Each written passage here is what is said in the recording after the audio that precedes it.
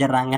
அப்படியே மறைஞ்சு இப்ப முன்னாடி நடந்து வந்துகிட்டு இருக்கான். இப்பதான் நம்ம ரக்கம் சொல்றான், டேய் நீ எவ்வளவு நேரம் தான் ஓடுவன்னு பாக்குறேன், நீ என்னை விட வேகமா இருக்கலாம், ஆனா இந்த அளவுக்கு நீ வேகமா போனா மட்டும் என்ன ஜெயிச்சிட முடியும்னு நினைக்கிறியா?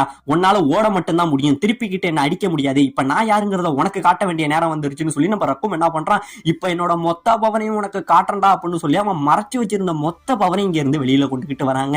இப்படியே இவன் ஒட்டம்புல இருந்து மொத்த பவரையும் கொண்டுகிட்டு வர சுத்தி இருக்கிற அந்த தரை எல்லாமே பொழக்குதுங்க. தரை பொழந்து சுத்தி இருக்கிற கற்கள் எல்லாமே மேல பறக்குது. ஒரு அந்த அளவுக்கு அதிகமான பவர் லெவலை கொண்டுகிட்டு வராங்க. அப்படியே கொண்டுகிட்டு வந்து செத்தடா மனுஷனே அப்படின்னு சொல்லி இங்க இருந்து ஓங்கி அடிக்க வர அந்த மைன்யூட் கேப்ல நம்ம கோகு இங்க இருந்து பறந்து போய் அவன் வயித்துல ஒரு குத்துவான் பாருங்க.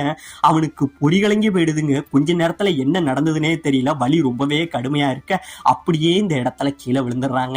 கீழே உழுவ சுத்தி உள்ள அவங்க ஃப்ரெண்ட்ஸ் எல்லாம் பயப்படுறாங்க. இதுக்கு வாய்ப்பே இல்லை, என்ன நடந்ததுங்கன்னு சொல்லி எல்லாம் ஆச்சரியப்பட்டு இருக்க. இப்ப இந்த பக்கம் நம்ம வெஜிடா என்ன நினைக்கிறான், ஓ இப்பதான் எனக்கு புரியுது, காக்கா